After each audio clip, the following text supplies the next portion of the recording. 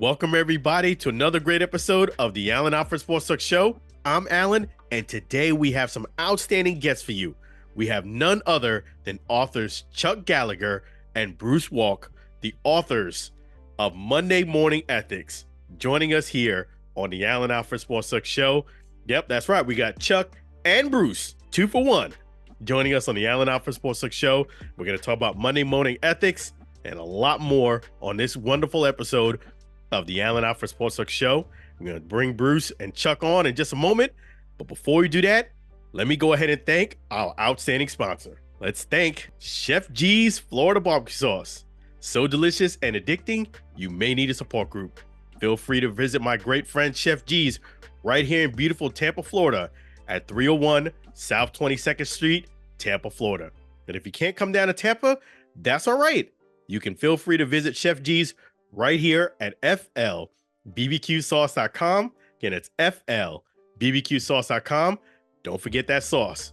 So let's go ahead and bring Bruce and Chuck on. Let's go. All right. We got an outstanding guest for you here on the Alford Sports Talk Show. We got Chuck Gallagher and Bruce Wolk of Monday Morning Ethics, this wonderful book. We're going to talk about this book and a lot more, about some ethics and a lot you can learn here on the Alford Sports Talk Show. So we'll start right there, Chuck. I understand you have an interesting background that started at a path with you speaking about ethics. Can you tell us a bit more about that? Yeah, well, Alan, here's the deal. Back in the 80s, when I was a whole lot younger, had more hair, and it was darker than it is today, I had graduated from Appalachian State University. Go Mountaineers. Had a great basketball team back in the day, and now we've repeated that. Go Mountaineers. But circumstances were such that I graduated with a degree in accounting, became tax partner in a CPA firm. Career was going great, but I had too much debt. And when a banker called one day and said, "You're 2 months behind in your house payment, is there a problem?" Man, it was rough because I didn't want to tell the banker, who used to send me lots of business, that I couldn't manage my own financial affairs. So I threw him off the scent, told him it was probably misapplied. I could get by with that in the 80s. We didn't have computers like today. And I thought to myself, what am I going to do? And not able to find something quickly, I ended up embezzling money from a client. Now, they had no clue. And I paid the banker and I paid it back, and with interest. And I thought, okay, it was really a loan. And then I did it again and I paid it back with interest. And well, now I've convinced myself it was a loan. So over the next 3 years, I just had a private hedge fund. I say that jokingly. What it really was a Ponzi scheme, and nothing more than embezzlement. And when you do something wrong, I don't care what it is, sports is they're wonderful examples, but when you do something wrong, somewhere, somehow, it's going to come back to bite you, most of the time when you least expect it. So it came back and bit me. I ended up spending time in federal prison. And when I got out, I sold cemetery property door to door, not exactly what I had aspired to do in life. But a decade later, I was a senior VP in a public company. And people said, wait, time out. How can you be a senior VP in a public company and a convicted felon? Those two things don't make sense. And I said, every choice has a consequence. And people then said, you ought to talk about that because that message is important today. And so that's how the speaking on ethics came into existence. And really the start of a collaboration between Bruce and I, which has now culminated in Monday Morning Ethics, which I will say, pat ourselves on the back, is a heck of a book. Yeah, I mean, definitely. I got a chance to read some of it. It's outstanding. I think it's something that a lot of people should invest in and read. For yourself personally, was it the pressure of being in debt that made you say, you know what, this is a good idea to maybe start doing something that wasn't on the best of ethics? What was it that drove you? Was it just the debt, or, hey, maybe I could get away with this type of thing? The thrill? Yeah, it wasn't the thrill, Alan, to be honest. It really was the financial pressure. And let me just say this, probably not the direction you would think, but there are three really primary reasons people would do something stupid, okay? They'll do it for financial pressure. And fairly said, especially in the sports arena, the younger you are and the more money that's thrown at you, literally the greater financial pressure takes place, because everybody and their brother comes out of the woodwork thinking they have some reason to connect and to tap into that.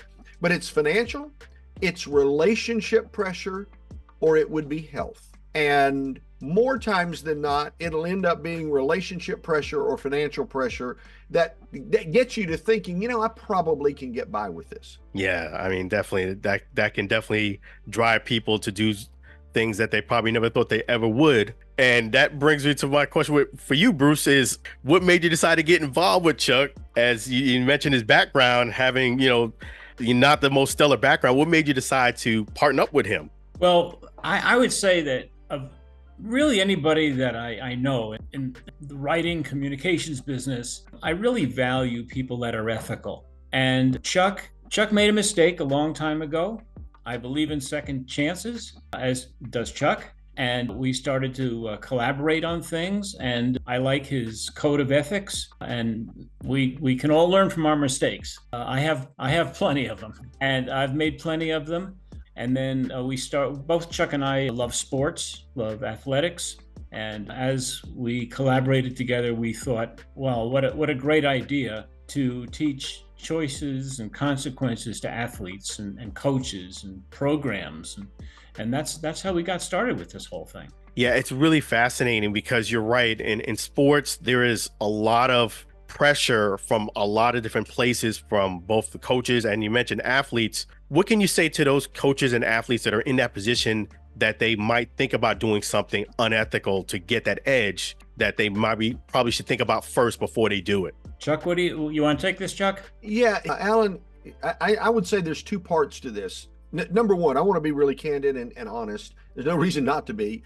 People don't typically, when they're faced with instant pressure, think, I wonder what this is going to do. So here's the challenge, and this is as blunt as I can put it. It's unfortunate that coaches, athletic directors, people who are in a position to guide the athlete don't put more value on teaching ethics.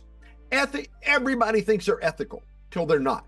And when they're not, it's too late. So just to make this very simple, if you took the athletic director from, and I'm just using my alma mater, Appalachian State University, and said, everybody that's a student athlete, especially if there's some level of scholarship, needs to go through training, what that does is it helps them see where those pitfalls are going to be.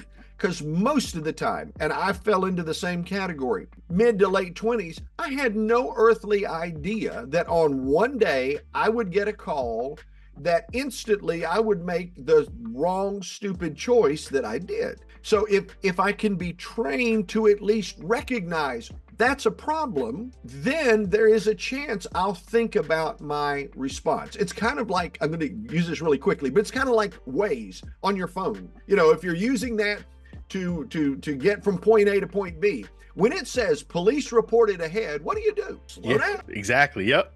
So training people to understand what that looks like, so you recognize, ooh, maybe I need to stop for a moment and think, is probably one of the most effective things that, especially if you're, an athletic director or coach, you can do for your team, but yet not the thing that's top of mind awareness all the time. Yeah, and that's remarkable that you've done that, and you've been through the trenches. Some of the athletes that you see today, do you see some of yourself in those athletes? Yeah. Let me say this. Yeah, except they have a whole lot more money than I ever did. Just so we're crystal clear. But absolutely. And look, when you're sitting there, you're 17, 18, 19, 21, whatever it happens to be, and someone's throwing lots of money at you, or there is the potential for that, it is very difficult not to feel that I deserve it, I'm entitled to it, this is the benefit of all of the work that I've done. And I'm not disputing that what they're paid is what they're worth. But it is so easy to slip into that slippery slope, to use skiing as a metaphor. If you step on the black diamond slope and you're not prepared, there's probably going to be you and a tree that's going to meet each other somewhere along the line. And that's not the outcome that you're looking for. Yeah, you're absolutely right. And going through that trenches of being in, as you mentioned, in the federal penitentiary, what was some of the biggest lessons you learned from making that mistake while you were in that process? Alan, that's a really cool question. Here's a reality check. Reality was, number one, prison sucked. Okay, so let me just say that. I can think of other ways to put it, but that's probably a reasonably nice way. However, I learned more about people. I learned more about different cultures, different races. Federal prison was a mismatch of all kinds of folks. And the one thing I walked out with was most, I won't say everyone, but most of the people that were there were at some level good people. Some of them were really smart people. They just got caught up in doing something that was dumb in the moment. And as you can imagine, when I was in prison, the great majority of people there were there for drug offenses. And not to diminish drugs, I'm not diminishing that, but if they were selling something other than drugs, they were brilliant at supply chain, money management, inventory management. I mean, very smart people applying themselves in a way that happened not to be legal, that created consequences. So you learn humanity really does have at its core goodness. The question is, are we applying that goodness in ways that are beneficial to ourselves and to the people around us? Yeah, that's definitely a great perspective to look at it. And Bruce, I wanted to get your thoughts on this. Chuck was mentioning a lot about today's athlete and making money, the name, image, likeness. Yes. What are your thoughts on the way that is set up? And is it ethical the way the name, image, likeness is? NIL is what people would say. It's very interesting, Alan, that you bring that up, because we, especially almost day to day, we post news stories, we come across news stories, we keep people apprised of what's going on. And sure enough, about 6 to 8 months ago, we predicted that the NIL situation would bring with it opportunity, of course, but fraudsters and people taking advantage of these kids. And that's exactly what's happening. And Chuck can also talk to this in a bit, but these kids are surrounded by an entourage of, quote, friends, people who have come out of the woodwork. Oh yeah, I knew you back in junior high school when you were when you were first thinking about playing football, and now let's see, you're about to sign a pro contract. Come on, let's go out for a drink. It affects coaches, agents. Some agents are very, very good. Most agents are very, very good. Some of them are not so very good. And so there's an opportunity here now for fraud, Alan, and it's coming on with greater frequency. And this is something that Chuck and I warn people about. Be very careful who you're associating with. No, that's a great point. You are who you hang out with a lot of times. And you're right. When you get caught up in that, it turns bad. In fact, how is the book, Monday Morning Ethics? You have 31 scandals over 70 years. How is it arranged for people to understand? The first thing I want to say about those scandals, a lot of times people will look at some of them and they'll say, well, what about so-and-so who is in the news, or this person or that? A lot of the cases are unexpected. They're not very well known. And they're there for illustration purposes as well as history. So what we do, Alan, with each case is we present it, first of all, like a news story. It's condensed. You could write a book about every story that you see. So we present it as a news story, and then Chuck tears it apart from an ethical point of view. So I'll give you a couple of examples. Now, for example, there was a guy named Alan Eagleson. And Alan Eagleson was a infamous hockey promoter. He was pretty much the first hockey sports agent, and he made himself president of the National Hockey League Players Association. So there was no firewall between what he was doing. P.S. He started stealing from people.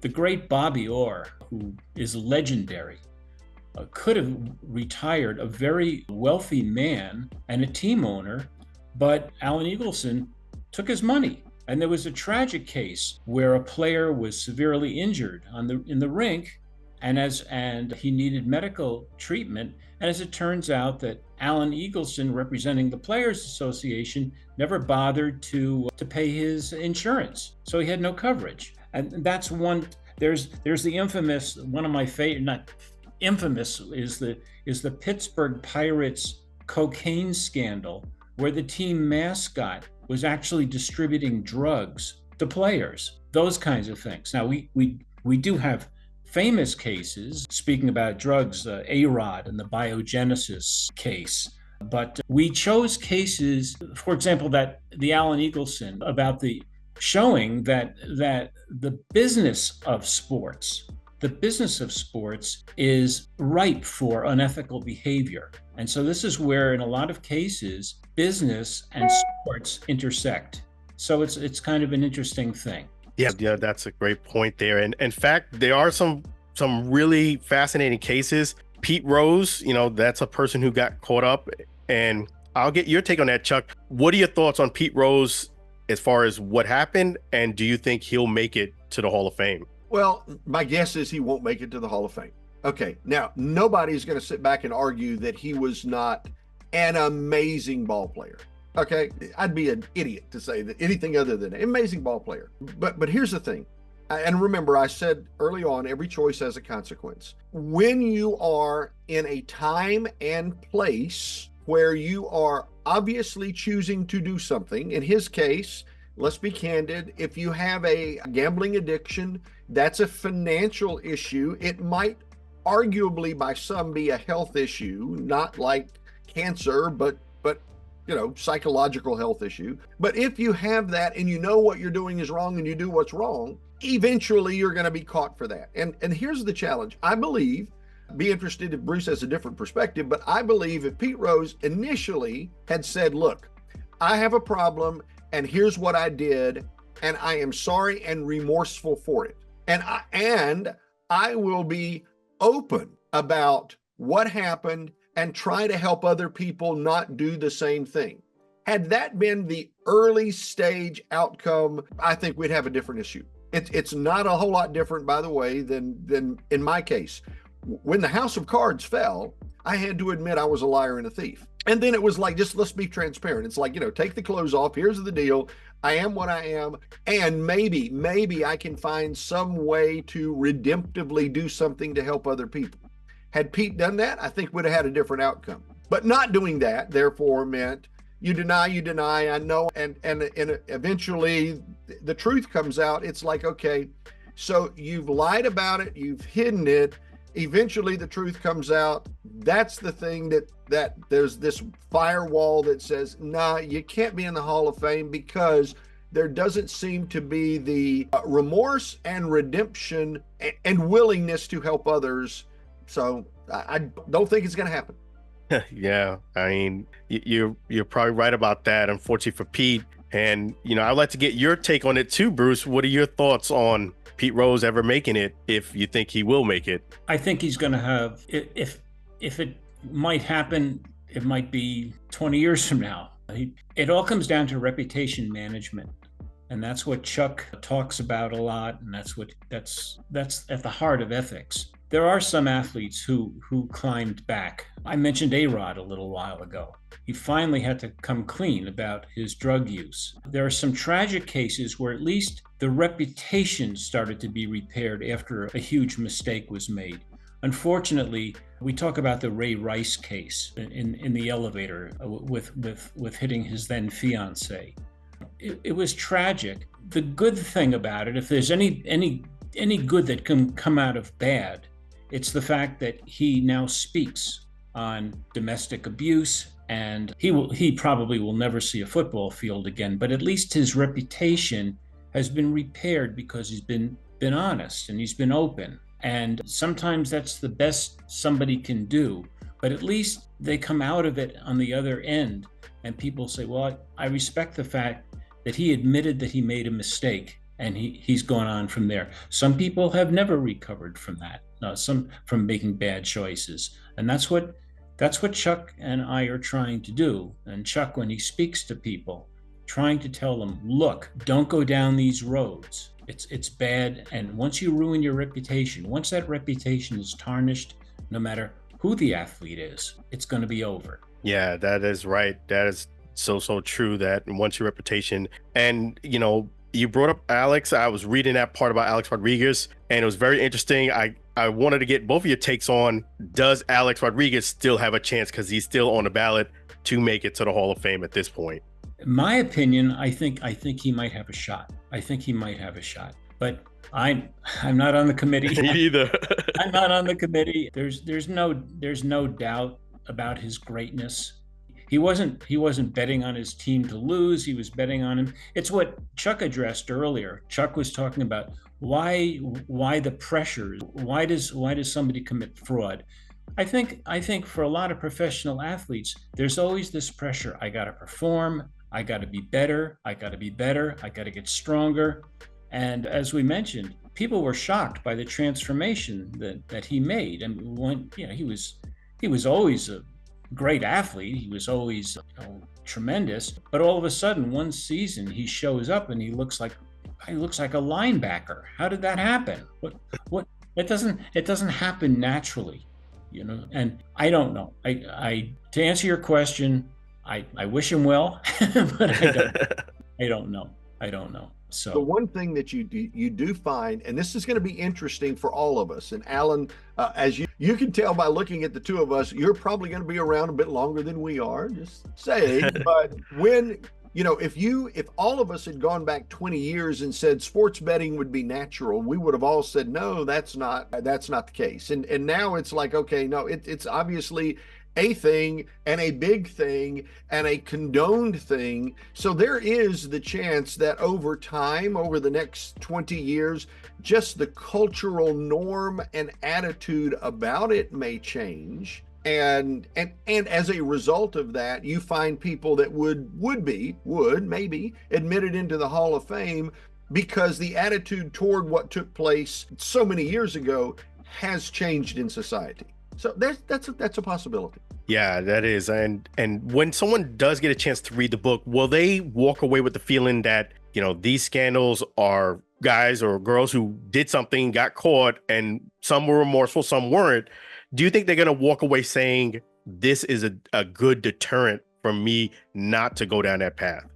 My first response to that would be, and this kind of goes back to an earlier question you had, with all of the cases in there, they were strategically designed to cover the gambit so that you could see, oh, that could happen to me, or I never thought about that, or never crossed my mind. So if you read the book, what you end up with is a compendium of, here are the pitfall areas. Here are the places as an athlete or as a coach or whomever, but someone involved in sports, where there could be problems. And it's a little bit like the genie's out of the bottle. If you don't know about it, if it's just a subconscious kind of thing, you just act and do whatever seems natural. But as soon as somebody takes that out of the bottle and says, oh, wait a minute, whoa, no, this could be an area problem, then having read the book, it's like you become aware.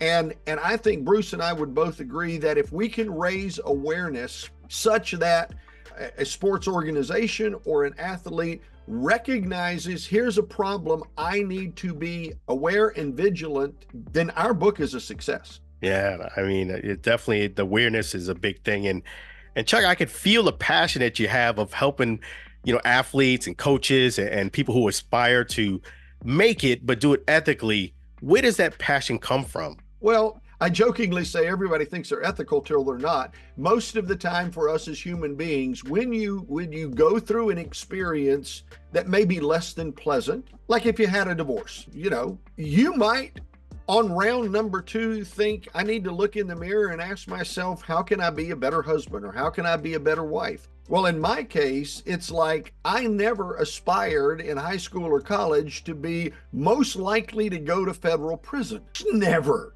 ever anybody would have said that. But having done it, it's a little like Bruce was talking about Ray Rice.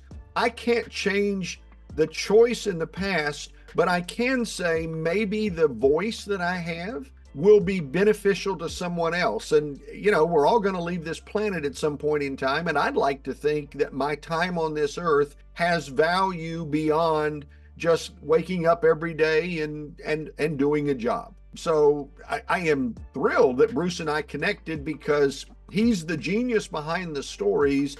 And together, you are, Bruce, but putting that together can create impact. And nicely, books live beyond their authors. So it's not only a historical perspective, but an awakening perspective for those that read. Yeah, Bruce. And what is, when you're on stage and you're talking about the book and, you know, meeting Chuck and this project, how do you feel on the inside yourself when you go through that? Well, I think the most important thing for me is you realize how close good people can come to really making a dumb mistake. One of the cases that we cover in the book was called, I think, Varsity Blues. It was the Lori Loughlin and Felicity Huffman. Those kinds of people thought they could use their power and influence and their wealth to get their kids into colleges, and they had no business doing that. But as a result, they went to prison and they got fined huge amounts of money. And as Chuck always says, every choice has a consequence. If you want to go and play in that arena, you're going to get burned. You just can't do it. Again, it comes down to reputation. When Chuck gets on stage and he talks to people about making wise decisions, making wise choices, he knows what he's talking about, and we've seen it.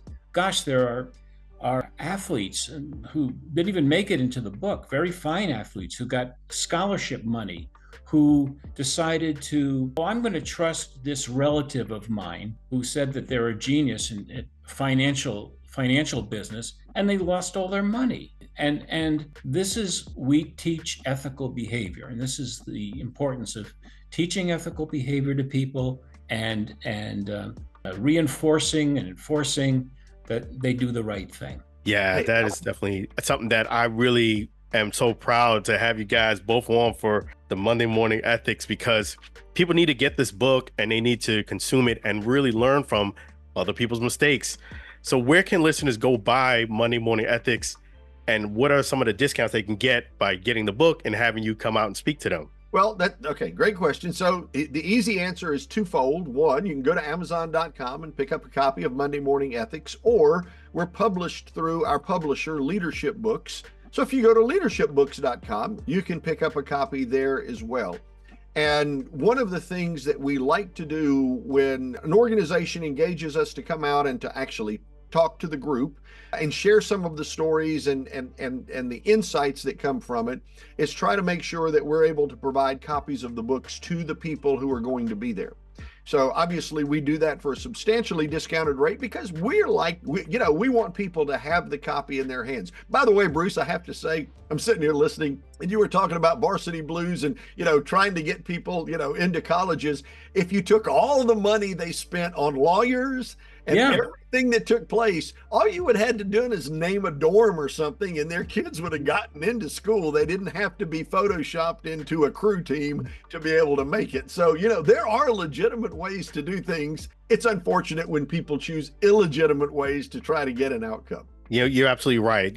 There's so many stories of people that, you kind of, even as a fan or somebody who supports them, that, man, if you didn't make that choice, you would be all the way over here, and you didn't have to.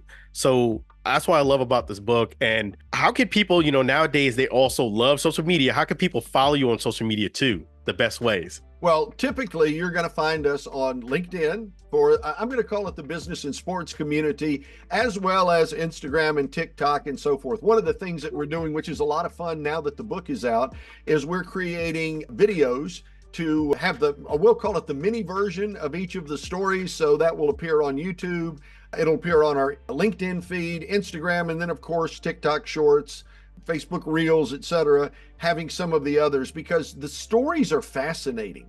I mean, it's really interesting. And some of them that we've been around, we've heard of, Ray Rice, etc., because it's kind of current, but some of the other ones are just fascinating to see what happened. And we think it's just nowadays. It's not nowadays, it's always. Yeah, that's right. You got to make sure you're doing the right thing all the time, because you never know who's watching and looking, and it could come back to bite you and cost you a lot more than what it's worth. So that's outstanding. Make sure you guys get Monday Morning Ethics, available on Amazon. Reach out to Chuck Gallagher or Bruce Wolk. That's who we have, Chuck Gallagher and Bruce Wolk. We appreciate you guys joining us here on the Allen Alford Sports Talk Show. And make sure you continue to do everything ethical, just like it says here in Monday Morning Ethics. Thank you so much for joining us on the Allen Alford Sports Talk Show, both of you. Thank you so much. Thank you very much, Alan. Appreciate you and your time. Oh, you're more than welcome. Thank you so much. Appreciate it. All right, sir. Thank you.